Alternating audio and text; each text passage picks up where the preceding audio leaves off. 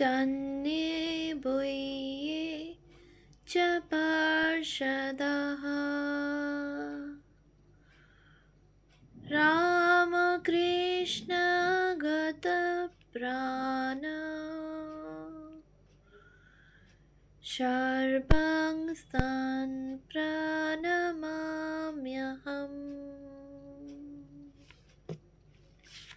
পূজনীয় স্বামী গম্ভীরানন্দজি মহারাজের রচনা অখণ্ড শ্রী রামকৃষ্ণ ভক্তমালিকা গ্রন্থ থেকে পাঠ, পৃষ্ঠা সংখ্যা 339। স্বামী অদ্বৈতানন্দ। গোপালদা নিজে খুব পরিষ্কার পরিচ্ছন্ন থাকিতেন এবং অপরের জিনিসপত্র পরিপাটি দেখিলে আনন্দ প্রকাশ করিতেন। শ্রী রামকৃষ্ণ ভগবৎভাবে বিভোর থাকিলেও ব্যবহারিক জীবনে তাহার প্রতি কার্যে সুশৃঙ্খলা লক্ষিত হইত। তাই তিনি গোপালদার সেবা পছন্দ করিতেন। গোপালদার সেবার দৃষ্টান্ত অতি অল্পই রক্ষিত হইয়াছে। তবে আমরা জানি যে কাশীপুরে ঠাকুরকে ঔষধ খাওয়াইবার ভার ছিল গোপালদার উপর। কিন্তু তখন দিবারাত্র একটানা পরিশ্রম চলিয়াছে। একদিন ঔষধ দিবার সময় অতীত হইয়া যাইতেছে দেখিয়া ঠাকুর হাত নাড়িয়া জিজ্ঞাসা করিলেন, সেই বুড়ো লোকটা কোথায়? গোপালদা ঘুমাইতেছেন শুনিয়া ঠাকুর খুব আনন্দ সহকারে অপর একজনকে বলিলেন, আহা, কত রাত জেগেছে, একটু ঘুমুক, তাকে আর জাগিও না, তুমি বরং ওষুধটা ঢেলে দাও। ঠাকুর জানিতেন সেই গুছানো বৃদ্ধ লোকটির এই অনুপস্থিতি স্বেচ্ছাকৃত নহে। প্রকৃতির বিধানে ক্লান্ত শরীরের ইহা অনিচ্ছাকৃত অপারগতা। শ্রী শ্রী মা গোপালদার সঙ্গে নিঃসংকোচে কথা বলিতেন। অতএব গোপালদা ডাক্তারের নিকট বিশেষ পথ্য প্রস্তুতের প্রণালী শিখিয়া উহা যথাসময়ে তাহাকে শিখাইয়া দিতেন। গোপালদা নিম জল দিয়া ঠাকুরের গলার ক্ষত পরিষ্কার করিয়া দিতেন। একদিন ঐরূপ করিতেছেন এমন সময় ঠাকুর উহ উহ করিয়া উঠিলেন। ঠাকুরের কষ্ট দেখিয়া গোপালদার নিজেরও কষ্ট হইল এবং বলিলেন, থাক, আর ধোয়াবো না। ঠাকুর কিন্তু বলিলেন, না না, তুমি ধুইয়ে দাও, এই দেখো আমার আর কোনো কষ্ট হচ্ছে না। এই বলিয়া তিনি দেহ হইতে নিজের মন উঠাইয়া লইলেন এবং ইহার পর মুখে কোনো শব্দ উঠিল না বা কোনো মুখ বিকৃতিও দেখা গেল না। স্বেচ্ছায় ধৃত বিগ্রহ অবতার পুরুষে কি না সম্ভবে। গৃহহীন ও আত্মীয় স্বজন হইতে বিচ্ছিন্ন গোপালদার অবলম্বন তখন একমাত্র শ্রী রামকৃষ্ণ ও তদীয় সেবক ও ভক্তবৃন্দ। তাহার সুখ দুঃখ সহানুভূতি তখন গুরুভ্রাতাদেরই সহিত বিজড়িত এবং তাহার আবেদনস্থল শ্রী গুরুর পাদপদ্ম। কাশীপুরে নরেন্দ্রনাথ একবার নির্বিকল্প সমাধিতে নিমগ্ন হইলে তাহার দেহে মৃতের লক্ষণ প্রকাশ পাইল। অমনি কিং কর্তব্য বিমূঢ় গোপালদা ব্যস্ত সমস্ত হইয়া ঠাকুরের নিকট ছুটিয়া গিয়া বলিলেন, নরেন মরে গেছে।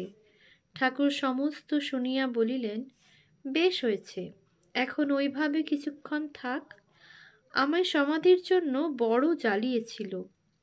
সেদিন নরেন্দ্রের বাহ্য জ্ঞান লাভের পরও দেহজ্ঞান ফিরিতে বিলম্ব হইয়াছিল।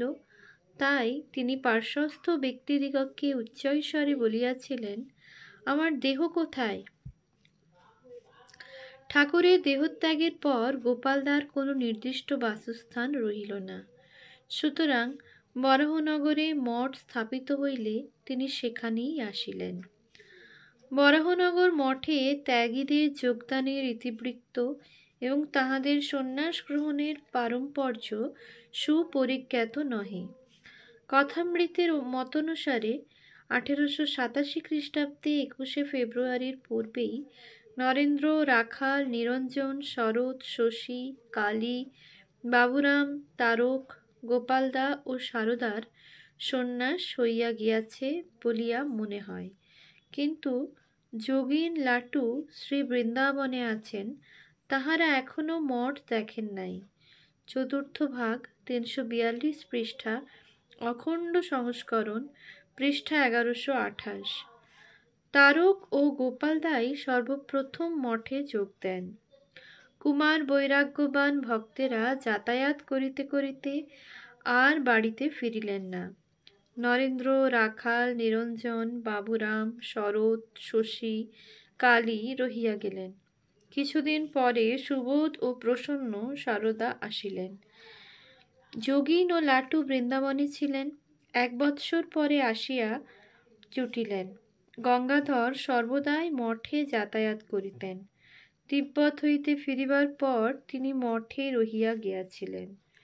হরি মঠের ভাইদের সর্বদা দর্শন করিতে আসিতেন। পরে মঠে থাকিয়া যান। ওই তৃতীয় ভাগ, 320 থেকে 21 পৃষ্ঠা, কথামৃত দ্বিতীয় ভাগ, 285 থেকে 87 পৃষ্ঠা, অখণ্ড সংস্করণ, পৃষ্ঠা 1131 দ্রষ্টব্য। প্রথম দল সন্ন্যাস গ্রহণ করে নাটপুর হইতে ফিরিবার পর 1887 জানুয়ারির শেষে, মাঘের প্রারম্ভে। তবে তিনি সব সময়ই মঠে থাকিতেন না।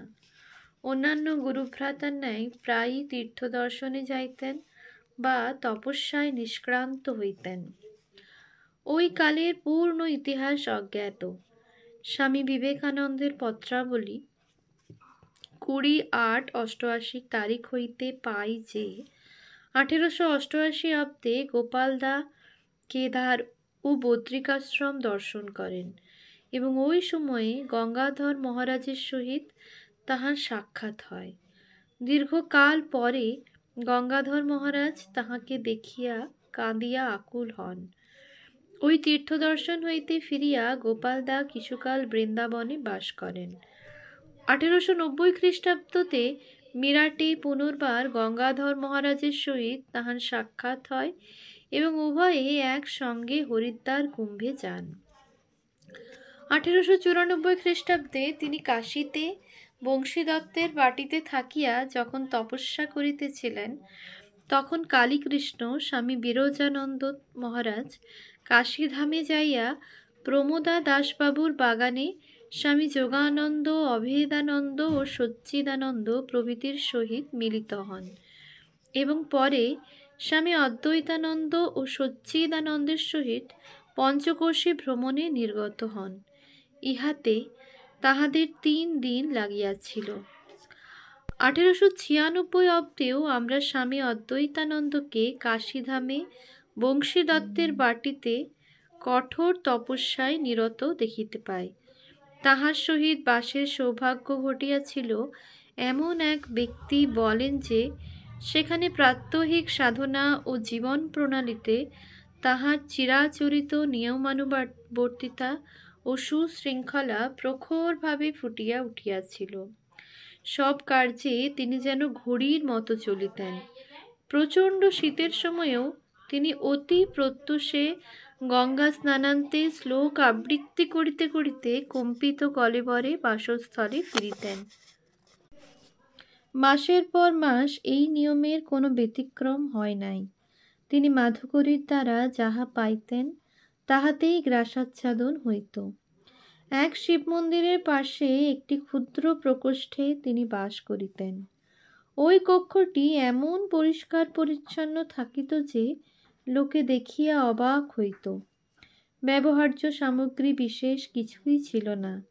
2-1খানি পরিধেয় বস্ত্র প্রভৃতি যাহা কিছু ছিল সমস্তই অতি পরিপাটিভাবে রক্ষিত হইত।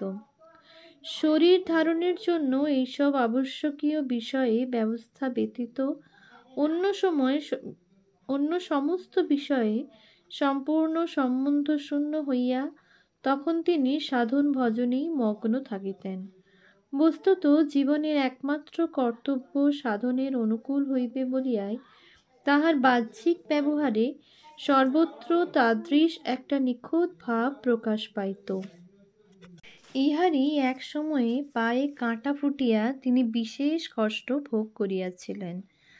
শ্রীযুত প্রমোদাদাস বাবুকে লিখিত স্বামী শিবানন্দের 13/8/96 তারিখের পত্রে জানিতে পারা যায়, আমাদের বৃদ্ধ স্বামী, যিনি বারাণসীপুরী সেবা করিতেছেন, তাহার পায়ে একটি কণ্টক বিদ্ধ হইয়া বিশেষ কষ্ট পাইতেছেন লিখিয়াছেন। 2 বার অস্ত্র করিতে হইয়াছে, উত্থান শক্তি রহিত হইয়াছে। আপনি অনুগ্রহ করিয়া তাহার সংবাদ লইবেন এবং কোনরূপ সাহায্য করিতে ত্রুটি করিবেন না। পত্রপাঠ মাত্রেই সংবাদ লইবেন। তিনি কুচবিহারের কালীবাড়ির পশ্চাৎভাগে বাবু সাগরচন্দ্র সুরের বাটিতে আছেন, বড়ই কষ্ট পাইতেছেন। যাহা হোক, সেবারে সকলের বিশেষ যত্নে গোপাল দাস শীঘ্রই সারিয়া উঠিয়া পুনর্বার কাশীধামেই তপস্যায় মগ্ন রইলেন।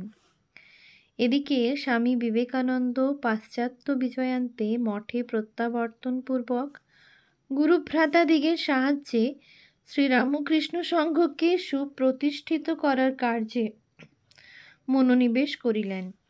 স্বামী অদ্বৈতানন্দ যদিও সুদীর্ঘকাল কাশীতেই তপনিরত ছিলেন এবং তখনই ওই স্থানত্যাগের কোনো সংকল্প পোষণ করিতেন না, তথাপি স্বামীজির সপ্রেম আহ্বানে অচিরে আলমবাজারের মঠে উপস্থিত হইলেন। স্বামীজির প্রতি তাহার আনুগত্য এতই প্রবল ছিল যে তিনি তাহার আদেশে বৃদ্ধ বয়সে লঘু কৌমুদী পড়িতে আরম্ভ করেন। তখন সবে মাত্র নূতন মঠ নির্মাণের জন্য বেলুড়ে গঙ্গা তীরে একখণ্ড ভূমি ক্রয় করা হইয়াছে।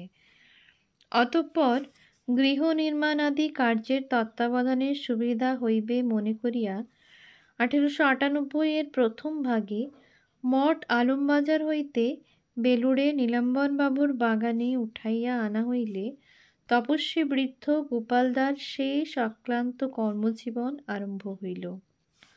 নবসংগৃহীত ভূমিতে পূর্বে নৌকা ও জাহাজ সংস্কার হইত বলিয়া উহা তখন বড়ই বন্ধুর ছিল এবং গৃহ নির্মাণ করিয়া বাস করার অনুপযুক্ত ছিল। স্বামী অদ্বৈতানন্দের প্রথম কর্তব্য হইল শ্রমিকদের সাহায্যে ভূমি সমতল করা। তপস্বী সাধকগণ এরূপ কার্যে সাধারণত অনিচ্ছা প্রকাশ করেন এবং অপারগও হন। গোপালদা কিন্তু এই কর্মকে শ্রীরামকৃষ্ণের ভাবপ্রচারের ভিত্তি ও তপস্যারূপে গ্রহণ করিয়াছিলেন। তাই ইহাতে তাহার একান্ত মনোনিবেশ দেখিয়াও আশ্চর্য বোধ হয় না। দ্বিপ্রহরে মঠে আহার করিতে গেলে যাতায়াতে অনেকটা সময় নষ্ট হয় দেখিয়া তিনি কার্যস্থলে খাবার আনাইয়া খাইতেন। এইরূপে তাহার একনিষ্ঠ পরিশ্রমের সুদৃঢ় ভিত্তির উপরই রামকৃষ্ণ সংঘের প্রথম স্থায়ী মঠ গড়িয়া উঠিয়াছিল। অবশেষে মঠের নূতন বাটির কার্য শেষ হইলে তিনি তাহাতেই বাস করিতে থাকিলেন। এই সময়ে মঠের আভ্যন্তর অনেক কার্যের তত্ত্বাবধান তাহাকেই করিতে হইত। তবে তাহার প্রধান কর্মক্ষেত্র ছিল সবজি বাগান। মঠ নির্মিত হইলেও দৈনন্দিন অভাব তখন যথেষ্টই ছিল, সুতরাং খাদ্য উৎপাদনও একান্ত প্রয়োজন ছিল। এই সম্বন্ধে লাটু মহারাজ একসময় বলিয়াছিলেন, আরে বুড়ো গোপালদা না থাকলে মঠের ব্রহ্মচারীদের ভাতের ওপর তরকারি জুটত না। সবজি বাগান করতে বুড়ো গোপালদাকে কতই না খাটতে হয়েছে।